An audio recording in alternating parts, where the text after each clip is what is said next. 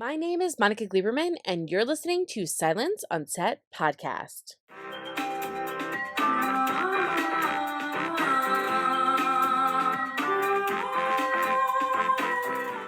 On today's podcast, we have Josh Dallas, who plays Ben Stone on Netflix's hit series Manifest. In Manifest Season 4, Part 1, we meet back up with the Stone family 2 years after the tragic and unexpected events of the Season 3 finale. Following Grace's murder and Eden's kidnapping, both at the hands of Angelina, an aged-up Cal returns from his mysterious disappearance. So here to dissect all of Part 1, now that it's available on Netflix, here is Josh Dallas. So excited to have you on.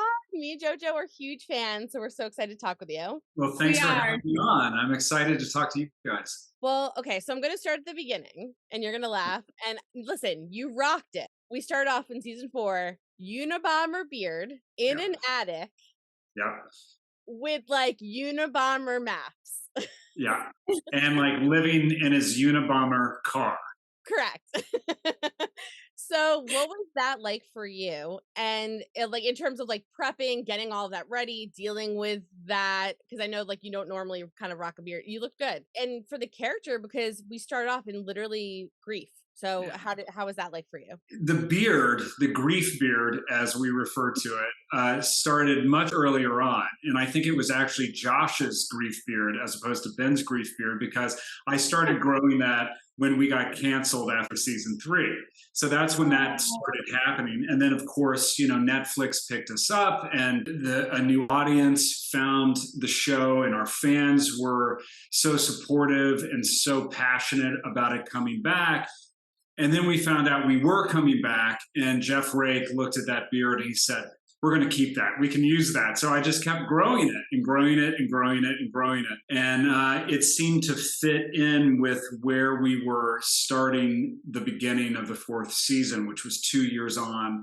And Ben is not in a good place. He is sort of in a prison of his own making. He is deep in a grief spiral and filled with profound anger, and he can't quite find a way out of it. But he holds on to this tiny, tiny sliver of hope that he can find his daughter, and that sort of keeps him going. Yeah, it's hard to see. You did such a good job, and I was going, God, like, poor Josh, because it's episode after episode, and when people don't realize it's like hours and hours of you having to be like emotional over and over and over again.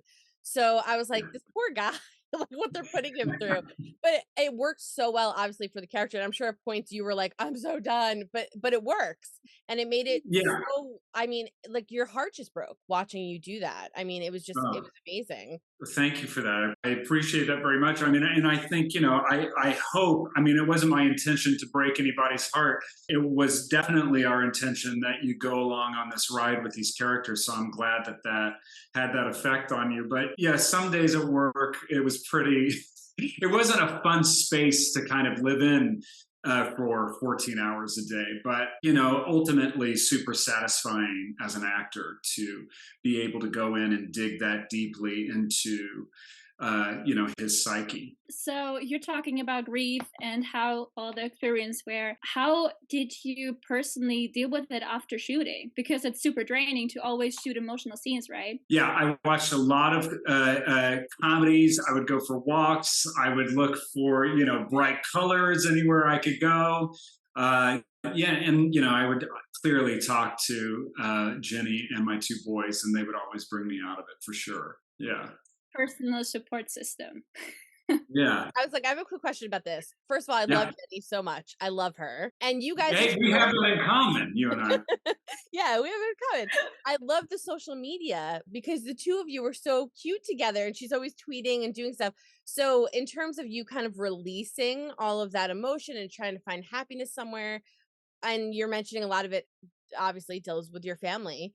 What was that like too? Because she's so supportive and she's always tweeting and doing funny things online. So what is that like? I mean, it's always great. I mean, she's the greatest person I've ever met. So, you know, it's always great to, you know, connect with her after a hard day, you know, like that at work. And she can lift you out of it. She can lift you out of anything. She's the captain of, you know, the fun army. So she can She can turn your day around, and so can my boys. So it was always a great thing to do to reconnect with them, after those days. But I'm also not an actor that sort of holds on to it and brings it into my real life. I can switch it off pretty easily. So they definitely helped me do that quicker. I just love it. I love that she's like always, you guys are always supporting each other and so cute. And we love it. We all ship you guys, obviously. I mean, since Once Upon a Time. So Do you think we've taken method acting to another level? It's like, we're together on a show, together in real life, having babies. We clearly live in an enchanted forest, behind us at our home. You're wearing a velvet jacket. I mean, maybe we are blurring. We might be blurring a little bit too much. What's real, Monica? What's real? I don't know what's real anymore. Talking about your beautiful wife, we're gonna talk about Athena's bag, or Grace's bag, but she isn't bag. How was it for Ben in all of this grief to suddenly see her? Yeah, in that moment, of course, he sees her and interacts with her, but it's of course not really her. It's Angelina, but it was the real Athena that came back to do that. And it was just so awesome. She is one of my favorite, scene partners to work with, and I missed her. And of course, the character misses her character, and it was super emotional to turn around and see her. And I tried to keep that day up until shooting that scene, which I think happened in the middle of the day that day. I tried to avoid her as much as possible, so I wasn't seeing her until we started shooting, and it made it all the more sort of real and visceral and honest, I hope. And I love working with Athena, and I loved having her back. We missed her a lot. Yeah, it was so nice to bring Grace back, and it was such a Jake did such a good job in the writers on creating a unique way of bringing her back, and I love that both Ben and Cal realized that's not her, which was really cool, and something I think that anyone would notice if it's not like your actual mom, like just the little things. And I love that line that you say when you're like, your eyes, like, and right away, and then you flash to a different scene, you're like, that's not her. Like, I just know my wife, I know what she looks like. So like, I love that whole thing that they did, and it was very smart to bring her back. It was, and Jeff and the writers, they do such a brilliant job of weaving these stories together and these misleads, and just they help make the characters so rich. So when you're presented with the fact that his wife is there in front of him again, the situation just does all the work for you as an actor. Yeah, it was a real gift. I wanted to ask you, I love Ben obviously following the callings, and he's like a real life hero, right? The everyday guy, this happens to him, and now he wants to solve all these things and help people. This season gets away from that, understandably. He's in grief. He's trying to find his daughter. So you have a lot going on. It was nice to have Ben kind of come back and be the hero again and kind of step in and help and, solve things. And we see you kind of in the church in particular, just ripping things off the wall and like grabbing people and trying to like save them. So what was that like for you as an actor? You're dealing with the callings all season. That's your mission. This season comes, it's completely different because you're away from them, you're ignoring them, and then you're brought back in. So what was that arc like for you as an actor to prepare to do both? Brilliant, because it gives you someplace to go, and that's what I love so much about television, especially a TV show, if you're lucky enough, runs for season after season after season. The characters become so much more rich, and you have so much more landscape in order to play around within their history, and they just become deeper and deeper and deeper, and I love that so much. And this is a prime example of that, to where we can skip ahead 2 years and really see where this guy has gone over those 2 years, and how he's incapable of moving on at that particular moment in time. And when we start off the season, we see Ben in a place where he's so profoundly angry that he's questioning everything. And for sure, he's questioning his own goodness versus his own evil. He's questioning whether, Adrian was right about them the whole time. Are the passengers these agents of the apocalypse? And he's denouncing the callings, because as far as he's concerned, up to that point, they've given him nothing. He started off in the very beginning in season 1 as a denier. He was a man of science, and he needed facts.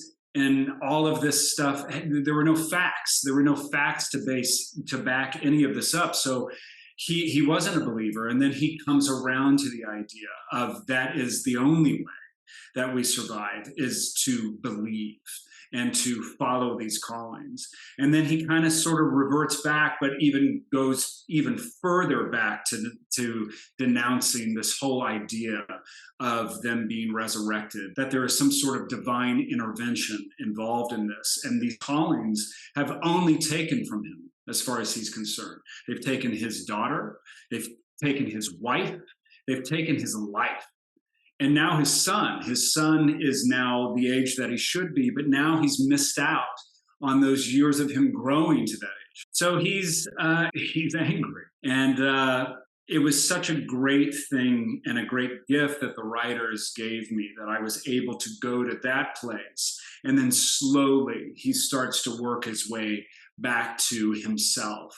And, I think as we go through season 4 and we get into part 2, which will be coming sometime early next year, you will see Ben trying to understand. I think he needs to understand the darkness inside of Angelina so he can understand his own goodness. Once he tries to understand Angelina, particularly in the second part, he'll start to come back more into himself with any hope. Yeah. Well, no, it was a beautiful journey and it was so well done. I mean, like, to start off so grief-driven, like in an attic, like I said, like the Unabomber, and to come out, ironically in a church, that's like your big thing. It was such a good irony right there, like from start to finish for part 1, and it was well done. It was beautiful. Thank you so much. Thank you. 100%. I think to wrap it all up and to summarize all seasons of Ben Stone, what was like the most difficult thing about being a Ben Stone? I think, back to what we were saying in the beginning, I think this part of his story, this part of his journey, particularly the beginning of season 4, was super hard. It was a hard and not fun place to live. But like I said, as an actor, ultimately super satisfying to be able to really dig into that aspect of this character that we haven't seen before. But, there were some tough days. There were some tough days to constantly be living in that space, to where he was, I said he was profoundly angry. And, that is the true thing about anger, is that it begs to sort of stick around, and it robs you of who you are and robs you of your inner light. And then you end up pushing the people that love you away. And he was doing that so much in the very beginning. He was pushing everybody away, including his children that were still there. And he knew he was doing that, but couldn't stop himself from doing it, because he was just so blinded by his anger and couldn't just find a way out of it. And he wanted to, but he just couldn't. And those were the hardest parts of playing him, for sure. But also the hardest part now is just saying goodbye to it. Is saying goodbye to you, because we're done now. We finished it. We've completed the story, which is so great, and we're so excited for everybody to finally see and get the answer of what happened to these 191 passengers on Flight 828. And we can't wait for you to see that. But now, it's been hard. It's been hard to say not only goodbye to the characters, but goodbye to that company that company of actors and to that crew. We became a family over these years. So it's sort of bittersweet. I have 2 kind of quick questions, but really quickly, when I spoke to Melissa, she said the biggest thing she's going to miss is walking out of her trailer and being able to knock on your door. So, yeah, that's what I'm going to miss. Every time I would walk past her dressing room, I would do these 3 really obnoxious, loud bangs on her door. Bang, bang, bang. and I would walk past, and she would always know it was me. So I'm gonna miss seeing her every day. I'm gonna miss working with her every day, and who knows, maybe we'll work together again in the future. I hope so. But yeah, I'm gonna miss that too. Did you see the photo that went viral of you holding a dummy? Did you see this? That it was so cool. So I have to ask. No, and I didn't know it went viral. Oh, but everybody was looking at, everybody was laughing, and there's all sorts of funny jokes about it. So I was like, I don't know if he knows how popular that it went, but everybody's been kind of talking. No, I don't. I think one of our great writers, Simran, posted that, and yeah. Sometimes you just go insane. Sometimes the madness sort of creeps in. That was probably like an 11-hour day. That was probably hour 11, maybe hour 10. I sent it to Monica. We were all passing it around. I was like, you see this? This is so cute. Like, look at Ben. Look at Ben. I was like, I feel so bad. But it was very fun. And I love that it's gone viral. And I just love that our fans, I love our fans. I love our manifestors, and I love how, involved and engaged and passionate and smart they are, and how much love they show all of us and show these characters. And yeah, I can't wait for you guys to see the end. Like you said, the fans love you. We all love you. We love everything from Once Upon a Time to stuff that you did before, like just everything. Fans have followed you all over the place. For this to be the last season is super sad. I get to talk to you. Not a lot of not everyone gets to talk to you like I do and have the honor. So is there anything that you want to, I know you kind of mentioned it already, but is there anything that you want to say to the fans? And then anything that you want to tease? I know that you kind of talked a little bit about Ben for next season, but anything that you want to tease for part 2? I mean, manifestors, I love you with all my heart. Thank you for going on this journey with us, with these characters, with this story, taking them into your hearts. We do it for you. And, part 2 is going to be filled with more twists, more turns, more compelling things with all these characters, some shocking things with these characters. And I can't wait for you to see the end. I can't wait. Hope you guys enjoyed listening to Josh Dallas break down season 4, part 1. So far, we're 10 episodes in. We have a little bit of a break, but he did give us a little insight into what we could expect for part 2 and those final 10 episodes coming sometime next year. So make sure you head over to Netflix now and check out all 10 episodes of part 1 so you're all caught up. And don't forget to hit the subscribe button so you're updated on all of our latest podcasts, and head over to our YouTube channel, hit subscribe so you're updated on all of our video content.